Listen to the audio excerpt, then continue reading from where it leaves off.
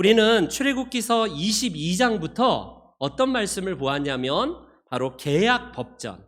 하나님께서 인간과 약속을 통해서 법을 통해서 지켜야 될 이런 법전을 우리들에게 주신 말씀을 하나하나씩 살펴보고 있는데, 오늘은 특별히 재판에 관해서, 그리고 재판과 더불어서 발생되는 정의의 문제를 우리가 함께 살펴보기로 합니다.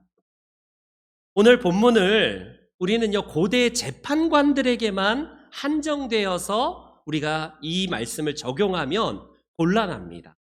이 말씀이 당대에 물론 재판장이라고 할 수 있는 제사장들에게 주신 말씀은 맞지만 꼭 재판석에서만 해당되는 말씀이 아니라 모든 사람들, 심지어 내가 약자이고 가난한 사람일지라도 하나님은 이 모든 것 앞에서 공정과 공평과 공의를 세울 것을 약속하시고 행하라고 주신 말씀이 오늘 본문의 말씀입니다. 오늘 본문에서 우리는 하나님의 마음을 읽을 수가 있어요.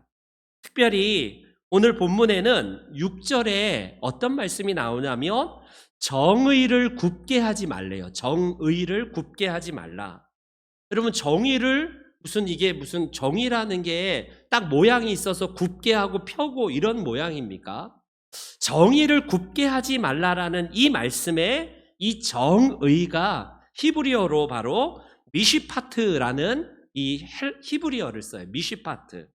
바로 아모스 선지자가 더 정확하게 이 말씀을 우리들에게 들려주면서 그 당시에 정의가 굽어지고 공의가 엉뚱한 대로 흘러가는 그 사회를 고발하면서 하나님께서 아모스 선지자를 통해서 주신 말씀이 바로 이 말씀이에요.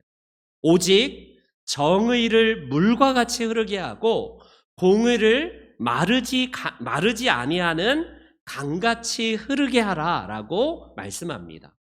정의를 여러분, 그리고 공의를 어떻게 흐르게 하라고 말하냐면 물과 같이 흘러야 된대요. 여러분, 정의가 물과 같이 흐른다는 것은 물이 있는 곳에 여러분 생명이 있잖아요. 물이 있는 곳에, 그곳에 이제 생명이 이제 싹이 나고 열매가 맺듯이 이스라엘 사회, 즉 오늘 우리 사회에 하나님의 정의가 모든 곳에서 아름답게 흘러갈 때에 그 사회가 하나님의 나라이자 곧 우리 그리스도인들이 살아가는 사회다라고 말씀합니다. 이 말씀을 주신 배경은 중동이지만 중동은 아시다시피 물이 귀한 나라예요. 전 세계가 지금 다 물이 귀하지만 특별히 중동은 더 물이 귀한 나라 아니겠습니까? 그 물이 많이 흘러가고 풍성한 곳에 열매가 맺어지고 늘 풍성한 은혜가 있는 것처럼 하나님께서는요, 정의의 강물이 흘러가기를 원하신다는 말씀을 이 말씀에서 우리들에게 주신 것이다 라고 할 수 있습니다. 우리는 쉽게 말하면 우리의 전체에 모세혈관을 비롯해서 전체 핏줄에 피가 딱 막히는 순간 동맥경화가 생겨서 우리가 어떻게 돼요? 쓰러지기도 하고 심장이 멎기도 하고 굉장히 위험하잖아요. 이 모든 피가 골고루 잘 흘러가고 오장육부와 전 신체에 다 흘러갈 때에 그 생명이 원활한 것처럼 하나님의 정의가 물과 같이, 공의가 바로 이 생명의 물처럼 퍼져갈 때, 강물같이 모든 곳에 퍼져갈 때에 그 사회가 곧 하나님의 나라이자 하나님께서 꿈꾸는 건강한 나라가 된다라는 말씀입니다. 그래서 오늘 우리들이 이 말씀을 통해서 함께 재판석에뿐만 아니라 우리가 살아가는 삶에서 공의가 있는지를 한번 보세요. 오늘날에 여러분, 우리의 사회는 어떻습니까? 온통 집단 이기주의로 다 매몰되어 있어요. 여러분, 대통령과 위정자들 한번 보십시오. 모르겠습니다. 권력자들이 자기의 이익만 셈할 때에 그 나라는요, 볼장 다 본 거예요. 예전에 맹자가 이렇게 이야기를 합니다. 맹자편에 이런 이야기가 나와요. 맹자에게 맹자가 양해 왕이라는 왕이 이렇게 물어봅니다. 맹자님, 나라의 이익을 위해서는 제가 무엇을 해야 됩니까? 이익을 위해서 해야 될 일을 가르쳐 달라고 이 맹자에게 가르침을 받기 위해서 옵니다. 그때 맹자가 한마디로 그 말을 들으면서 이렇게 얘기합니다. 왕이시여, 왕이는 왜 하필이면 이익이라는 말씀을 하십니까? 이익을 말할 때에 하필 그 이익을 말하면 이 나라가 어떻게 되겠습니까? 왕은 즉 자기의 이익만을 나라의 이익만을 생각한다면 왕의 밑에 있는 관료들은 다 하나같이 자기 집안의 이익만을 생각할 것이고 모든 백성들 또한 다 자기들의 사리사욕과 이익만을 생각할 겁니다 라고 이렇게 이야기하는 맹자에 나오는 한 이야기가 있습니다. 여러분, 이 이야기가 주는 의미가 뭐겠어요? 오늘날 우리 사회를 한번 보십시오. 우리 사회의 곳곳이 집단 이기주의로 다 빠져 있어요. 어떻습니까? 지역 이기주의 내지는 다 자기 남성 이기주의, 여성 이기주의, 다 자기들 편의에 따라서 다 이익만을 생각합니다. 권력자들은 국민들과 이 어려운 사람들의 이 이익들을 대변하는 게 아니라 자기 이익 챙기기만 혈안이 되어 있는 것 같아요. 여러분, 하나같이 청문회 하면 청렴결백한 사람이 이 땅에 누가 있을까 싶을 정도로, 물론 털면 먼지는 안 날 사람이 없지만 다 하나같이 어떻습니까? 자기 이익이에요. 어떻게든지 편법을 써서 세를 불려서 뭔가 돈을 불리든지 자기 땅을 뭐 크게 하든지 이런 것이 보통 이 세상의 모습들 아닙니까? 공무원도 마찬가지고 정치인들도 자기 사리사욕과 당리당략에만 몰두하는 것 같은 안타까운 모습이 이 세상에 있습니다. 기업들은 어때요? 대기업은 대기업대로 극단적인 이익만 추구하지 진짜 나라와 이 사람을 위한 그런 기업의 이런 생각들이 전혀 없는 듯이 보입니다. 그러면 교회는 제대로 됐을까? 교회도 개교의 성장주의에 매몰되어 있고 목사들도 내 교회만이라는 이 생각으로 인하여서 결국 교회 몸집 불리기, 크기에만 매몰되어 있는 안타까운 사회 현상이 곳곳에 보여집니다. 여러분, 이게 바로 맹자가 이야기하듯이 윗사람들부터 자기 이익에 취한다면 당연히 그 밑에 있는 사람들은 전체가 다 사리사욕과 내 이익만을 취하게 되는 지옥과 같은 사회가 될 것이다 라는 말이 옳은 것 같습니다. 정의가 뭐예요, 여러분? 우리는 정의라는 이야기를 나오면 조금 진보적인 교회의 그런 이야기고 설교 주제처럼 비춰집니다. 보통 일반 교회에서는 구원, 전도, 예배, 하나님 앞에 기도 이런 거 강조하지 사회 생태계와 사회 정의와 가난한 자들과 뭐 이런 것들에 대한 주제는 교회에서 조금은 예외적인 주제로 치부되는 건 사실이에요. 특별히 보수적인 저희 교단과 같은 경우에는. 그러나 오늘 본문에서 제가 작정하고 뭐 정의를 일부러 꺼내는 게 아니라 하나님께서 본문에서 말씀하시는 말씀이기 때문에 이 정의가 누구에게서부터 시작되냐면 바로 이게 무슨 좌파냐 우파냐, 이게 무슨 공산당이냐 아니냐 이런 문제가 아니라 하나님으로부터 시작되었다라는 사실입니다. 여러분, 그 시대의 사회를 제가 계속해서 말씀드리지만 약자에게는 한없이 약자는 억울한 사회예요. 그 당시 제가 말씀드렸듯이 일반 사회법도 있지만 그 사회법은 강자에게 힘을 실어주기 위한 법조차도 함무라비 법전 계속 강조했지만 그 어때요? 강자들에게, 소위 말하는 권력자들에게 유리한 법으로 작용하는 법이었습니다.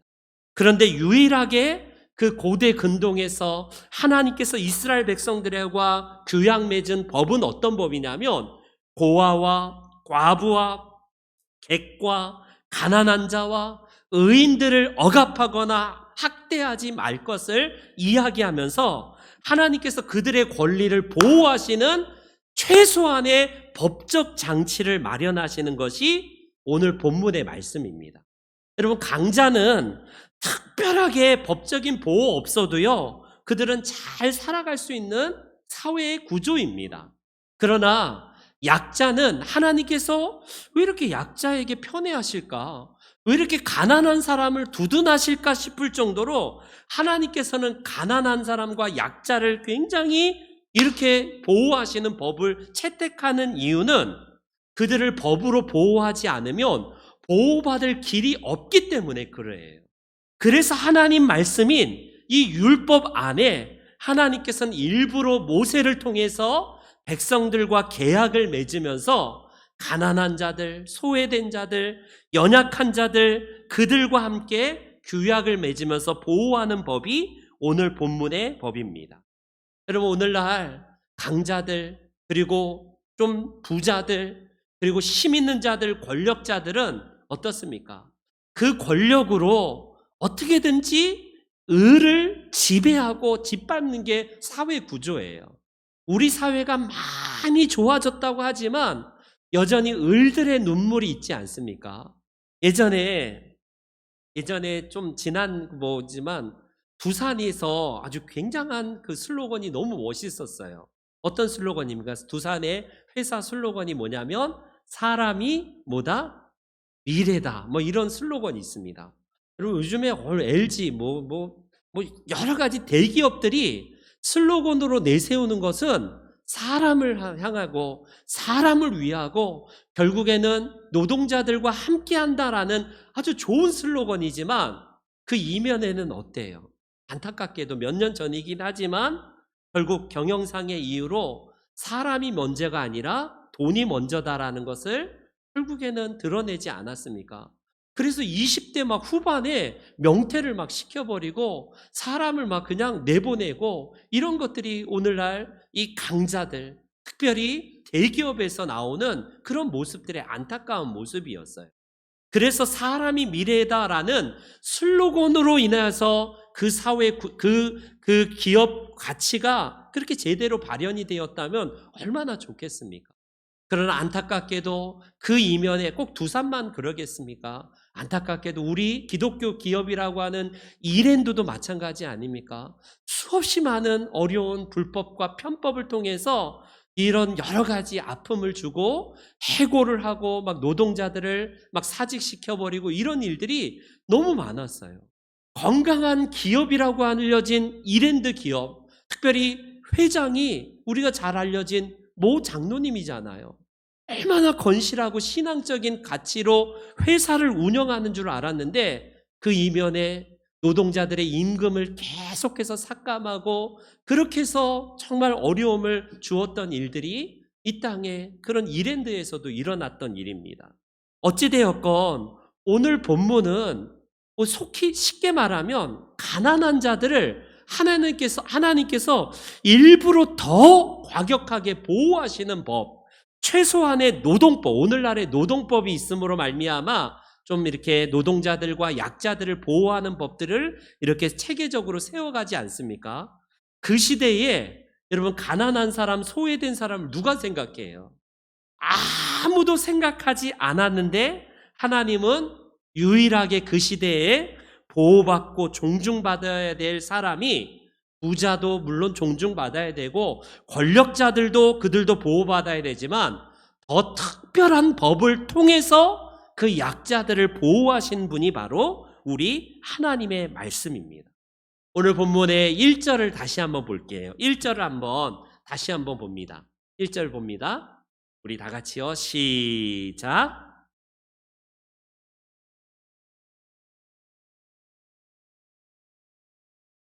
1절에 여러분 재판석에서 흔히 일어나는 첫 번째 여러분 비리가 뭐냐면 위증죄예요. 위증. 꼭 재판석뿐만 아니라 우리 사회의 곳곳에서 문제되는 게 뭐냐면 위증. 거짓으로 내가 그런 진실을 말하지 아니하고 완전히 반대되는 이야기를 함을 통해서 진실이 뒤바뀌어지게 되는 결정적인 보고를 하는 사람. 그게 바로 하나님께서 너는 절대로 거짓 풍설을 퍼뜨리지 말고 위증하지 말라라고 하나님께서 말씀하십니다. 여러분, 악인들과 함께 모의하고 위증하는 게 왜 그래요? 내가 돈 줄 테니까 좋은 게 좋은 거잖아 하면서 결국에는 돈이 오가고 결국 그것으로 인하여서 재판이 갑자기 뒤집혀지는 이런 안타까운 모습들이 오늘날 재판서뿐만 아니라 우리가 살아가는 사회에서도 있어요. 친구들 간에서도, 주변의 가족들 가운데에서도 진실을 알고 있지만 내 이익에 따라서 쉽게 말을 바꿔버리고 거짓말로 위증하는 거. 지금 정치인들이 얼마나 그런 일들이 많아요. 뭐가 진실인지 모르게 이 사람이 이랬다가 하루아침에 바뀌고, 또 무슨 검찰에 불려가면 또 말이 바뀌고, 또 나오면 또 말이 바뀌고, 뭐가 진실인지 모를 정도로 정말 시류에 따라서 위증하는 게 우리 사회의 곳곳에 있는 현상들 아닙니까? 그러고서 시간이 지르면 또 그게 진실로 밝혀지면 좋지만 또 어떤 것은 밝혀지지 않아서 얼마나 어려움을 겪는 일들이 이 땅에 많습니까? 그것을 하나님께서 경고하시는 말씀이에요. 두 번째, 재판상에서 일어나는 두 번째 대표적인 일이 2절에 나오는데 2절 말씀을 한번 다 같이 한번 또 읽어볼게요. 시작.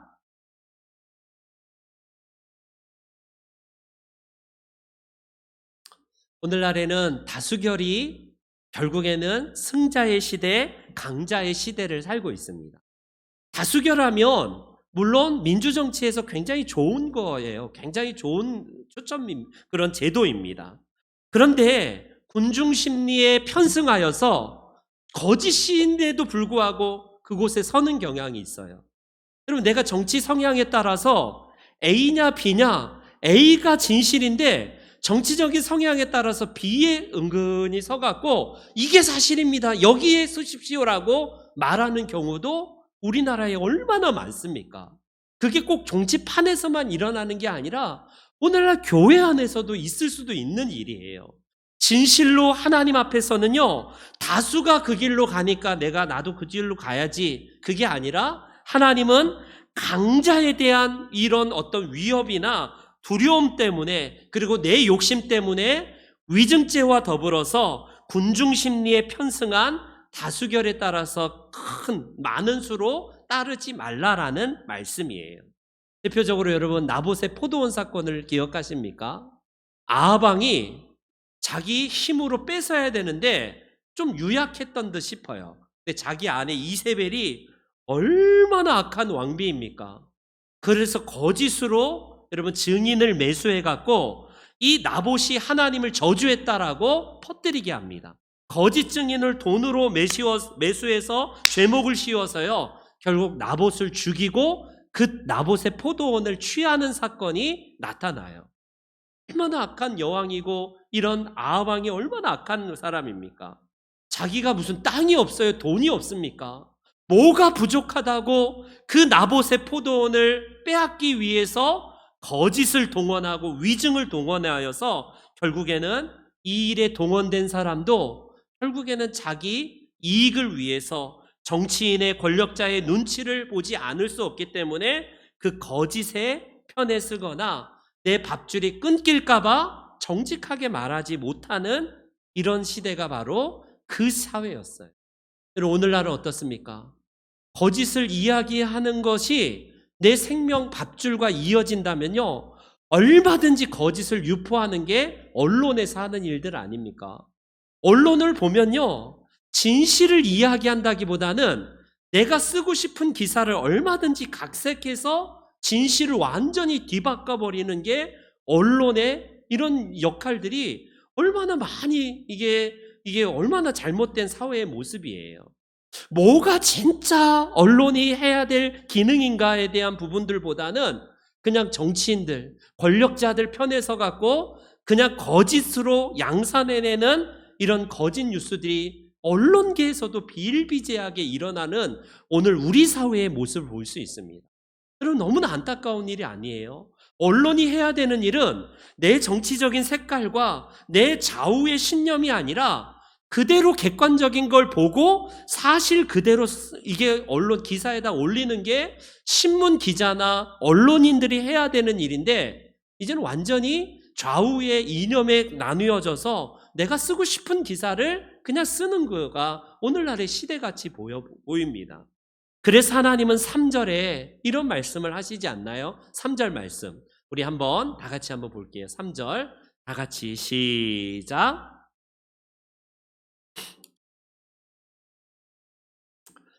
가난한 자의 송사라고 해서 편법되이 두둔하지 말라. 여러분, 저는 가난한 자라고 해서 제발 편법되이 두둔했으면 좋겠어요. 그런데 하나님은 뭐라고 말씀하시냐면, 혹시 그가 가난하더라도 그에게 했다고 그랬는데 안 했다고 하지 마라. 그냥 재판은 정직과 공평과 정의가 있어야 된다라는 말이에요. 근데 저 말씀을 하실 때에 하나님은 가난한 사람이라고 두둔하는 재판관이 있을까 싶어요. 오늘날에 저런 사람이 있을까요? 이런 사회가 된다면요, 여러분, 얼마나 가난한 사람들이나 힘없는 사람들은요, 그냥 선처보다도 공정한 재판이라도 열리면 감지덕지한 사회가 오늘날의 사회입니다. 그러면 최소한의 억울한 눈물은 사라질 텐데, 그런 것들이 오늘날에도 여전히 재판석에서 비일비재하게 일어나는 일들이에요. 그래서 오늘 전체 본문은 재판관들 뿐만 아니라 오늘을 살아가고 있는 저와 여러분 모두에게 하나님은 뇌물을 받고 판결하지 말 것을, 그리고 그릇된 판결이나 거짓 송사나 이런 모든 것들에 대해서 힘 있는 자들의 편에 서서 관대하게 예우하고, 힘없는 자들은 가차없이 우리가 대하는 이 모든 것들을 하나님께서 엄격하게 금하시는 말씀이에요. 그리스 사회의 현인이었던 솔론이 이런 말을 했어요. 그리스 사회에 그 당시에 그 얼마나 그리스 사회도 부패한 사회였던지, 그런 그가 솔론이 이런 이야기를 합니다. PPT 넘겨주세요. 법이란 거미줄과 같은 것이다. 가볍고 힘없는 사람은 거기 걸려 잡히지만 크고 힘 있는 자는 그것을 뚫고 도망쳐 나간다. 여러분, 그리스 사회건 이스라엘 사회건 한국 사회건 저런 거예요. 다 법망 앞에서 공정해야 되는데 힘없는 사람들은 거기에 걸려 들어갔고 헤어나오지 못하고, 힘 있는 자들은 그런 그 거짓 법망들을요 다 요리조리 빠져나가서 호의호식하는 그 사회였다라는 사실을 그리스의 현자였던 솔론도 이야기할 정도입니다. 우리 옛날에 저 어렸을 때만 해도요, 이런 드라마가 유명했어요. 지금 생각하니까 굉장히 무섭게 생긴 주인공이 나타나서 호령하는 판관 포청천, 판관이 재판관이잖아요. 그 재판관 포청천이 막 하면서 그 억울한 사정 얘기를 들었다가 저분이 하는 보통 이야기가 뭐냐면, 작두를 대령하라 해갖고요, 가차없이 그냥 법망에서 그 사람이 약자면 작두를 대령하라 해서 약자를 막 그냥 잘라버리고, 이 약자를 향해서 호되게 막 하는 게 아니라, 그 사람이 권력자라고 해도 작두 대령하라 해서 뭐냐 막 그냥 심판해버려요. 와, 저런 드라마가 왜 유행했을까? 왜 저런 드라마가 한간에, 물론 저게 대만 드라마이긴 하지만 우리 사회에 저런 사람이 왜 이렇게 그리워질까 싶은 시대입니다. 여러분, 판관포청천, 저 사람이요, 드라마니까 아이 저렇게 나오지, 실존 인물을 배경으로 해서 각색한 드라마이긴 하지만 오늘 우리 사회에도 필요한 인물 같아요. 꼭 재판관만, 저런 사람들만 필요합니까? 우리 하나님의 백성들도 필요하다는 거예요. 내가 볼 때에 진실을 얘기해야 되는데 그냥 분위기가 그러니까 그쪽에 쓸리거나, 아니면 내 이익에 걸맞거나 내가 어떤 밥줄이 혹시 끊길까 봐 염려되어서 진실을 말하지 못하고, 결국에는 진실이 호도되어서 엉뚱한 억울한 사람이 눈물을 흘리는 이런 경우를 여러분 꼭 재판관들만 하는 게 아니라 나도 그 중심에 있을 수도 있는 거예요. 아니, 나는 그냥 내가 재판관도 아니고 나는 그냥 그 자리에 섰을 뿐이야. 여러분, 내가 아무 말 없이 섰던 그 자리가 오히려 서지 않았음으로 말미암아 흘리는 사람의 눈물이 있고 정의가 굽게 되고 이게 정의가 하수같이 흐르지 못할 수도 있다는 사실을 말씀하고 있는 겁니다. 그렇기 때문에 세상의 재판은 어떻습니까? 하나님의 재판을 대리하는 재판석이라는 사실, 그 재판관은 하나님을 대신하여서 내가 재판한다는 마음으로 선다면요, 두렵고 떨림으로 재판관이 여러분 그렇게 엉뚱한 재판을 안 할 거예요. 우리가 보더라도 유전무죄, 무전유죄가 너무나 횡행하는 사회를 보지 않나요? 가난한 사람이 배고파갖고 3일 동안 굶어서 빵 훔쳤다고 해서 5년을 때려버리고 몇십억, 몇백억을 해먹어도 그냥 무죄라고 풀려나오는 권력자들과 강자들이 풀려나오는 모습을 보면서 야, 돈 있는 사람은 쉽게 법망을 빠져나오고 배고프고 가난한 사람들에 대한 이 판결이 정말 요원한 사회가 우리 사회가 아닌가 싶습니다. 법은 그렇다고 해서 뭐 그냥 쉽고 대충대충이 아니라 엄격해야 되고 모든 사람 앞에 보편 타당해야 될 법임에도 불구하고 이스라엘 율법이 그렇게 하나님께서 주신 말씀임에도 불구하고 하나님의 말씀이 제대로 이스라엘 백성들에게 흐르지 않아서 그게 문제가 되었습니다. 여러분, 하나님은 오늘 본문에서 굉장히 가난한 사람을 쉽게 말하면 편애하는 법이에요. 아니, 부자들이 이야기할 때 하나님 이거 불공평합니다. 왜 가난한 자들만 이렇게 강조하고 가난한 자들에게만 이렇게 하나님이 보호하십니까? 여러분, 따질 수도 있는 그런 법한 이런 말씀이에요.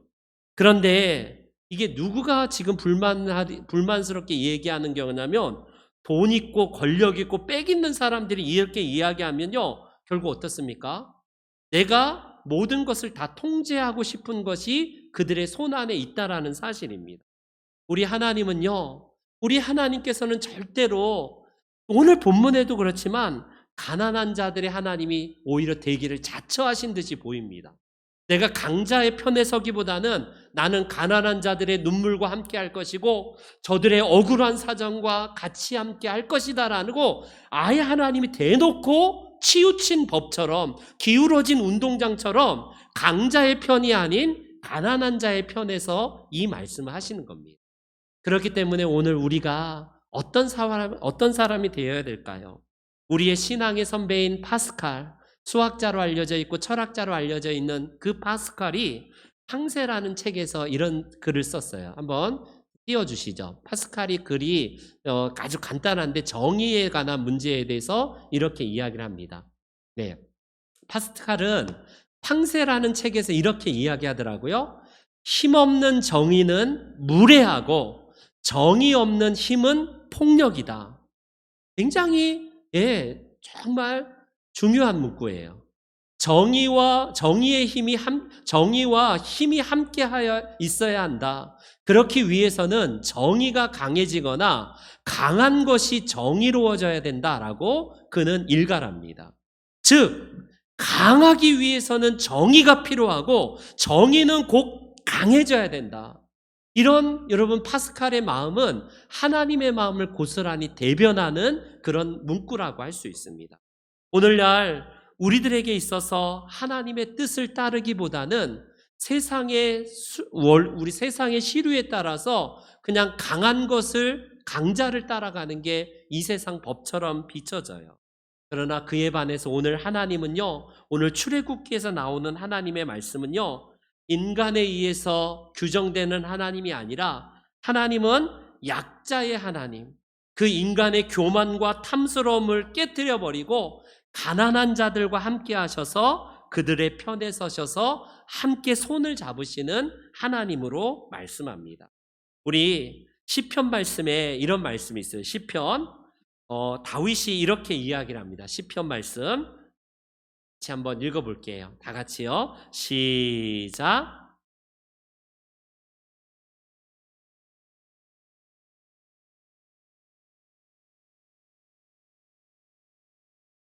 여호와여 지체하지 마옵소서. 여러분, 시인은요, 나는 가난하고 궁핍하대요.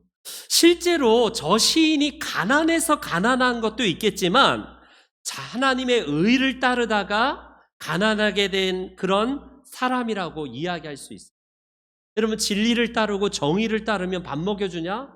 때로는 밥 안 먹여줄 때도 있어요. 말 그대로 밥줄이 끊기기도 하고 정의의 길을 따라가다가 결국에는 식구들 다 굶어 죽일 판을 발생되기도 합니다. 그러나 시인은요, 하나님, 주님이 나의 정의의 하나님이시기 때문에 나를 건지시고 이 모든 것에서 지체하지 마셔서 정의를 행해달라고 그가 기도하는 장면을 보여줍니다. 강자 앞에 억압하면서 오직 하나님만을 의지하는, 강자들이 억압하는 현실 속에서 나를 도와주시라는 간절한 기도의 소리가 있습니다. 우리 이제 마지막 결론을 맺을게요. 우리 성경에는 우리가 볼 때에는 조금 복음과 뭔 상관이지, 정의가. 그러나 의외로 하나님은 정의에 대한 말씀을 굉장히 많이 말씀하시거든요. 우리 예수님을 잉태했던 이 마리아를 보세요. 어린 마리아. 이제 10대 후반, 10대 한 중후반 정도 되는 어리디 어린 그녀의 찬양 소리를 한번 보십시오. 우리 누가복음에 마리아가 예수님을 잉태하고 나서 그 천사의 수태고지를 받고 나서 이런 찬송을 해요. 마리아의 찬송입니다. 다 같이 한번 읽어볼게요. 시작.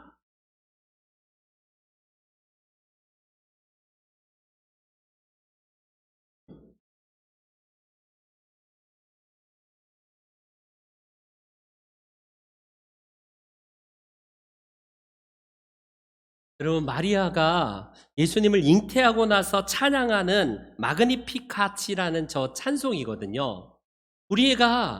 앞에 다시 한번요. 그 마리아의 저 찬송을 보면요, 굉장히 그냥 임신에 좋은, 태교에 좋은 말씀으로 할 것 같은데 굉장히 과격한 그런 그 찬송을 해요. 마리아의 찬송은 뭐 고운 노래, 예쁜 노래처럼 비춰지지만 그게 아니라 굉장히 역설적이고 역동적인 하나님 나라의 원리를 이야기합니다. 하나님은 교만한 자들을 흩어버리시고 권세 있는 자를 내리치셨고 오히려 비천한 자를 높이시고 줄인 자, 가난한 자, 배고픈 자들을 좋은 것으로 배불리셨고 부자는 빈손으로 오히려 돌려보내신다라고 역설적인 하나님 나라의 진리를 마리아가 선포하고 있습니다. 이게 마그니피카시라고 해서요, 우리가 성탄절에 흔히 부르는 우리 마리아의 노래, 마리아의 찬가라고 보통 알려진 노래입니다.